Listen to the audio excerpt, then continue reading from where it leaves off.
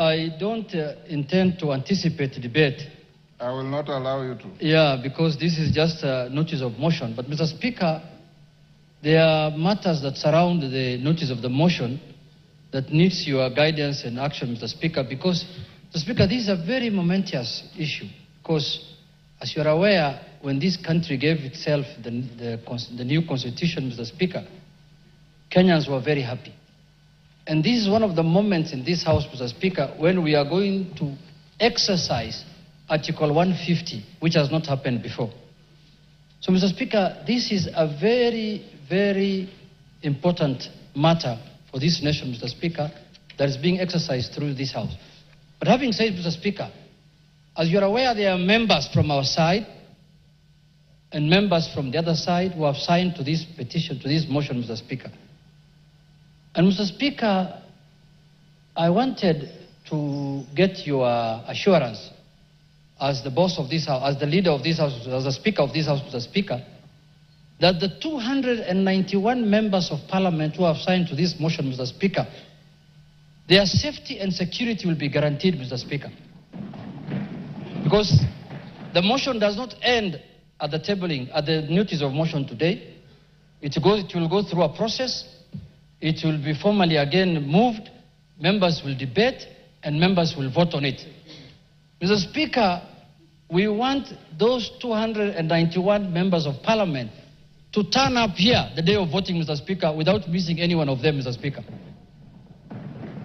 Mr. Speaker, we have just passed the new Inspector General of Police the other day here, Mr. Kanja. Not really.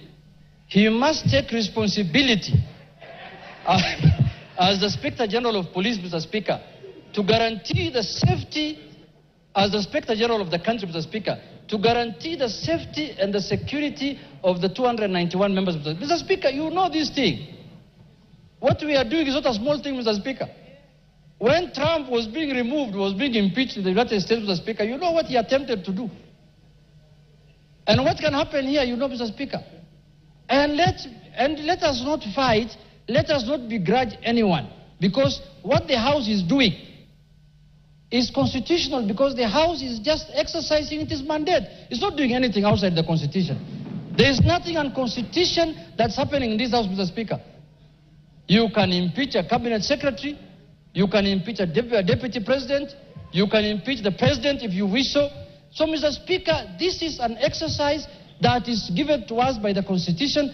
So, Mr. Speaker, you've made your point. I have made my point, but I conclude by saying this, Mr. Speaker. That, Mr. Speaker, when we were elected, Mr. Speaker, as members of Parliament, we became the staff of the Parliamentary Service Commission. Each member here, Mr. Speaker, their employer, they are employees of the Parliamentary Service Commission, which you are the chairman, Mr. Speaker. So, Mr. Speaker, I have spoken on behalf of the members because when they were signing, that is what they told me.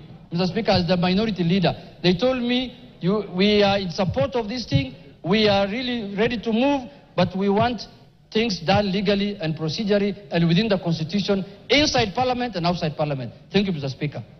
Thank you. I don't want to open debate. Yes, Whip, what's your point of order?